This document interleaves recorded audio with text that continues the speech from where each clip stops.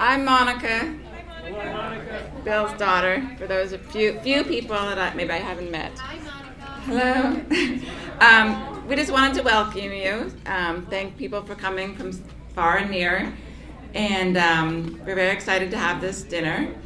And I want to welcome you and thank you for coming. And I particularly want to thank my brother Mike, who's going to speak a little more, because he really did like 99% of setting up this entire thing. My name is on there, but I did nothing. So thank you and hope you have fun. Welcome to the Willis Tower. That's great. Welcome to Bill Zangwill's 80th birthday extravaganza. I'm his son Mike. We have gathered here to celebrate a milestone in Dad's life. The months of planning have come to fruition. It's finally time, and we have a nice lineup of speakers to follow after dinner. For you, Dad, your family, your brother, your cousins, nieces, nephews all came in from D.C., California, Boston, Atlanta, New York, and Philadelphia. They all came for you because they know you care about family. They know you have attended all of their events. Look at the slideshow. All the bar mitzvahs and bat mitzvahs and weddings. And look at your friends, colleagues, classmates, collaborators who all showed up for you. Everyone here appreciates your care, your support, your love of family. See, Dad, they all came. Oh, thank you. They all came because they love you. For years now, Howard has been asking me to set up the next Zangwill reunion. It's been a long time since Akamal, and he said to me, "You're in charge of the next one." So back in October, when Dad asked me to plan this 80th, I thought this could really work. And if all the nieces and nephews showed up at the same time for the first time, that would be a huge gift for Dad. Well, I got 8 out of 9. Not bad. And thanks to Stuart for chipping in. He was very persuasive. And thanks to everyone who sent in photos and stories for the slideshow and memory book. If you have everything in writing, please send it to zangmail@aol.com and it'll go into the memory book. So Dad has this philosophy. When you stop working, you die. Dad has a strong work ethic. It's like the Depression era mentality. Dad believes in a meritocracy. You work hard, you practice it 10,000 times, and you will succeed. Right, Dad? And never stop working or you die. And it worked for Dad, and he wanted the same for us. And I asked Dad, when can you stop and relax? Smell the roses. The answer was always never. But what about tonight, Dad? Kick back and relax. Okay. This is your night. I can smell some roses already. Your 80th birthday. So we've light up the cake for you. The candles went out. No, get it going. All right. You don't have to. Let's sing, Dad, happy birthday. On 2, 3. Happy birthday to you. Happy birthday to you. Happy birthday, dear Dad. Happy birthday to you. All right, Dad. Speech. Okay. Oh, let him cut the cake. What? No, You can cut one slice. Just cut it down. Ceremonial cut. Ceremonial cut. There it goes. You got him? Okay. There we go. All Ceremonial right. cut. All right, Dad, you're up. Okay. So I was going to spend several minutes going over major events in my life that influenced things. Okay, certainly thank everybody. What? All right. Thank everybody for coming long distances and being here. I'm really very honored, and certainly Mike, who did a heroic amount of work putting this together.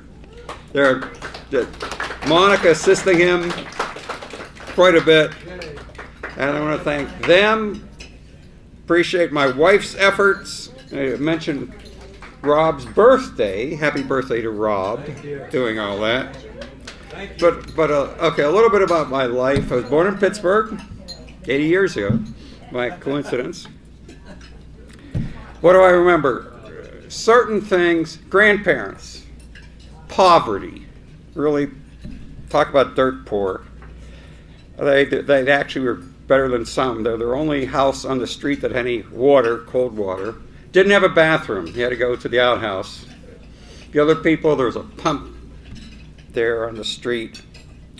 But what they made and what they did, they had these relatives, like my dad, did well. There's a guy who went to MIT. They were so poor that he often couldn't take the trolley. He had to walk. He joined the ROTC to get a uniform, which he wore all the time there.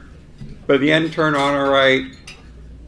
And then other sort of people there. He was very close with his brother-in-law, Izzy Covey, and we got Izzy Covey's son here tonight, Mark, and Izzy Covey, my uncle, did extremely well in the poultry business. Other people in the family, Sidney Hockman, who started out as a peddler and opened up 3 stores, furniture stores, Reinecker jewelry. Oh, what's the message of that? The hard work, high goals, and the family support. And you can do all these sort of things. And I look upon that and I hear, the people complaining about poverty today, they have no idea. But you can lift yourself out of it with these sort of things. Well then, what went on with that, I recall very little about World War II. I was kind of young. Rationing. Yeah, every tremendous effort to the war, everything devoted to the war. Often there wasn't enough food, they had to ration it. Items weren't available. Lots of things weren't available. But fortunately, we were able to get out of it. And after the war, what do I remember? Some of the things that were just horrible. I saw these people coming back. They were in concentration camps. And they showed you their arms tattooed with the numbers. That means they were some of the few that Hitler decided to let live. And that certainly made an impact on me. And what it means, when evil's out there, you got to go after it early. You can't let it develop. And then unfortunately, like today, in the world, you have anti-Semitism rising on the left and the right, and it's got to be attacked because it tends to grow and get worse. Well, then another sort of major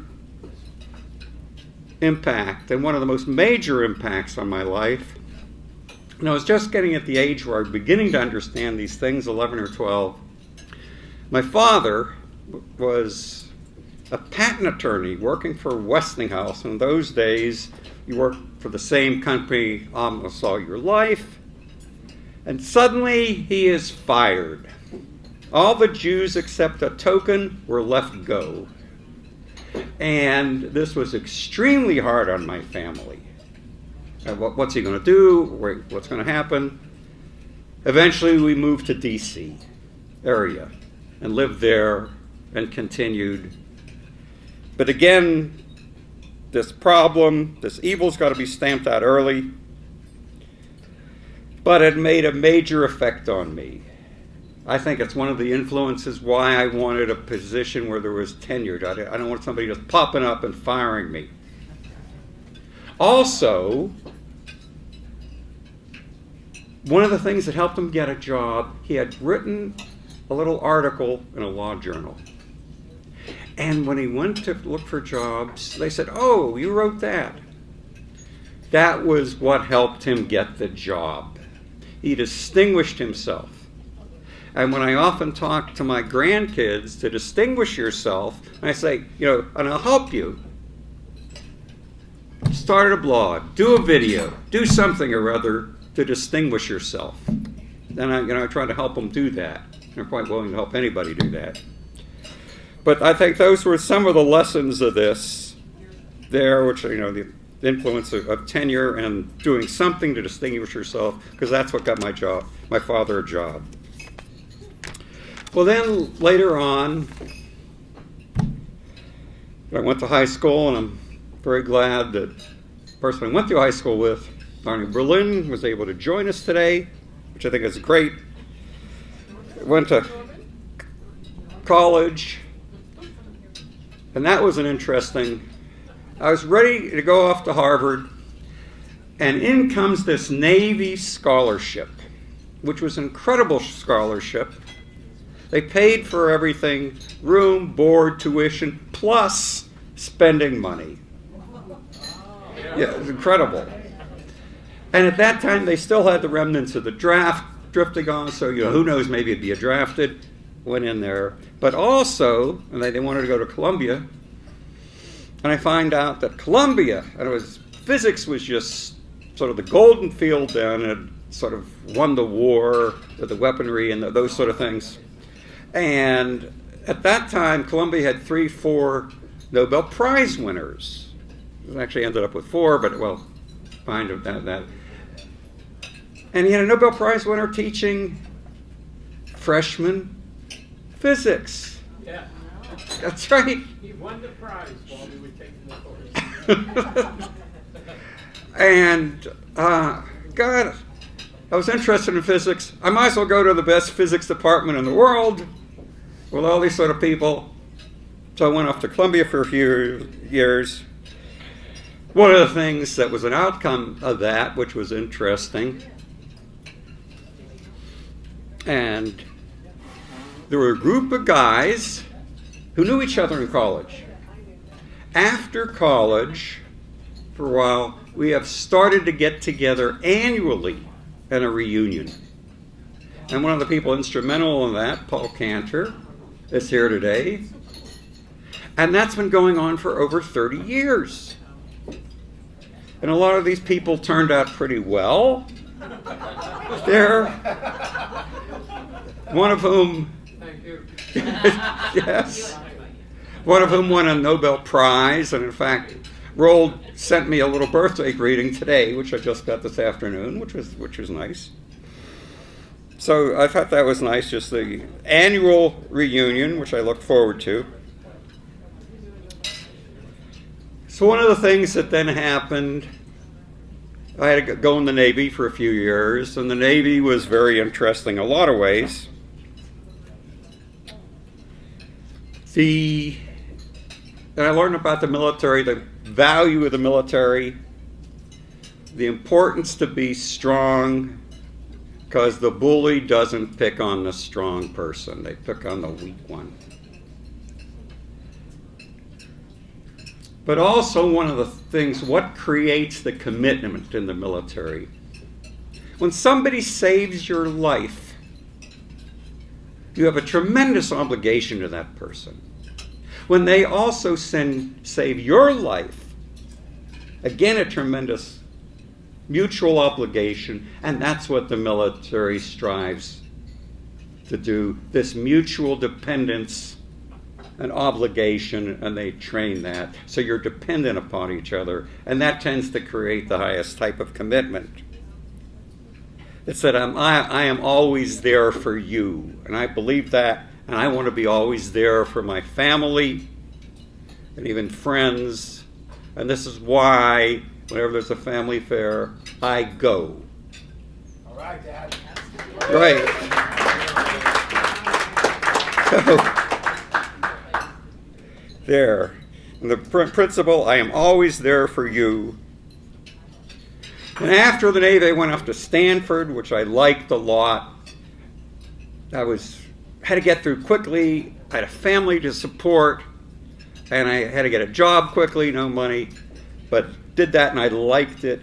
It was really neat because I was married, had kids, and there was this courtyard outside. You could just let the kids run outside. It was an enclosed courtyard. They could play with the other kids. It was Stanford Village. That's exactly right. So then ultimately, I went through my life, various sort of things, culminating in today, where again, I'm extremely honored. I mean, it was just flabbergasting. Just amazing to me to see all these people turning out there. We want to be there for each other, and I thank you very much.